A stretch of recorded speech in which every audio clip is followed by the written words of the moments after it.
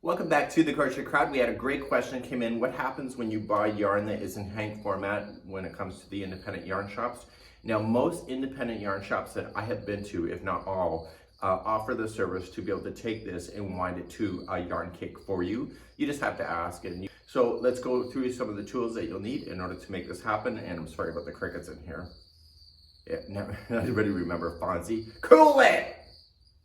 Doesn't work for me. See, not cool.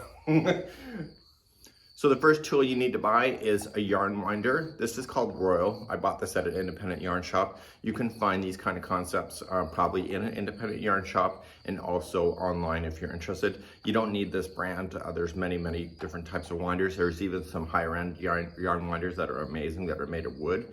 But you can decide. I have not had any issues with winders generally. The next tool you should consider is a yarn swift, and this one's made of wood. You find stuff out there made of plastic. I have found that you get what you pay for when it comes to these ideas. It is solid wood. It just clips onto the table that you have. You just got to make sure that your table is not more than this distance. And once you put your hank on, you're just going to open your umbrella, and the yarn is just going to sit within this crease here. And then you just move up the clamp, and then this just spins freely. So what we want to do is we want to put that hank onto this, and then we're going to attach it to the yarn winder and just wind it. So let's give you some tips. So we want to take it from this and we want to open up the braid itself. And you're going to notice is that when you open this braid, it's going to unspin, and there's going to be strands that are holding the hank together like this. Just kind of looking at it. And what I want to do is that I want to put it onto the swift. So I just want to put it towards the back and just kind of hold it out like this and start shifting it up. And this will take the size that you need. So different hanks are different sizes. So this will open up and completely hold it. So you want to have it inside the middle of this section here. And once you have that, you just tighten the clamp and you're good to go. The next thing you need to do is you need to organize this yarn, and you're going to notice is that there are strands that are holding it in place for when you opened it like that. And what we need to do is open up those strands. Okay, we're only gonna cut just the one side, and we're gonna see what happens when we pull that strand. And you see it's on its own. So we're now going to move to the next strand.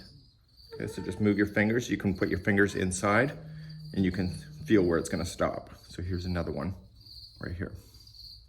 And there's another piece, so I'm going to cut.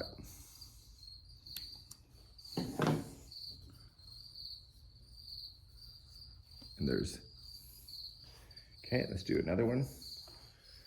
So now what I want to do is that I want to put my finger in, and you see how it's kind of coming down and then it's going up? So what we need to do is that just kind of look at it and just kind of make sure that it's not spun in any kind of weird way. And on our first couple revolutions, we want to make sure that this is not twisted in any weird way. And you want to grab just the one strand that you want to play with. So chances are try to find the outside one.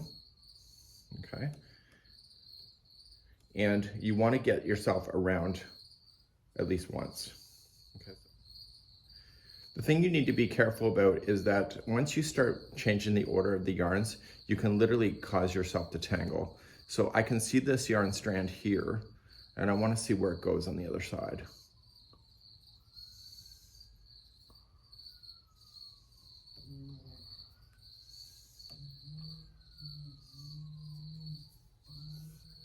And I want to pull on it so that I can literally do it and get myself all the way around without it tangling. So do you see how it's causing a spin here? What I want to do is that I want to just continue to kind of turn it so it doesn't have to go through any pressure. So now I can officially get around. So now we're going to do the yarn winder next.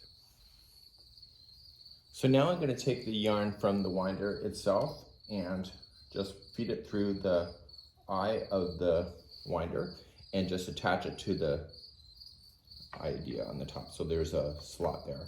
And so whatever way you want to turn is up to you, whatever way is easiest. And what you want to do is just kind of spin now.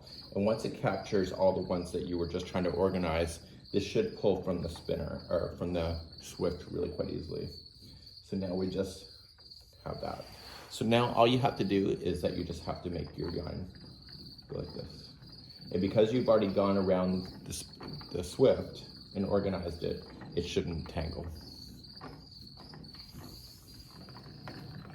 So I'm coming near to the end, and so the whole hank has now just been put into this yarn cake, and you can see it doesn't look as pretty when they present it in this kind of way. So do you see the center here, how it's open? So the reason why you would want to use a winder is that when you go to lift this off, the whole interior is going to collapse, and you want that collapse because it helps the yarn not stretch, and etc. So if you need to know the labels and everything like that, what you can do is that you can insert the label over the hole, and as you pull it up, the label will be inside the center. So this would be how you would make a yarn cake from a hank format.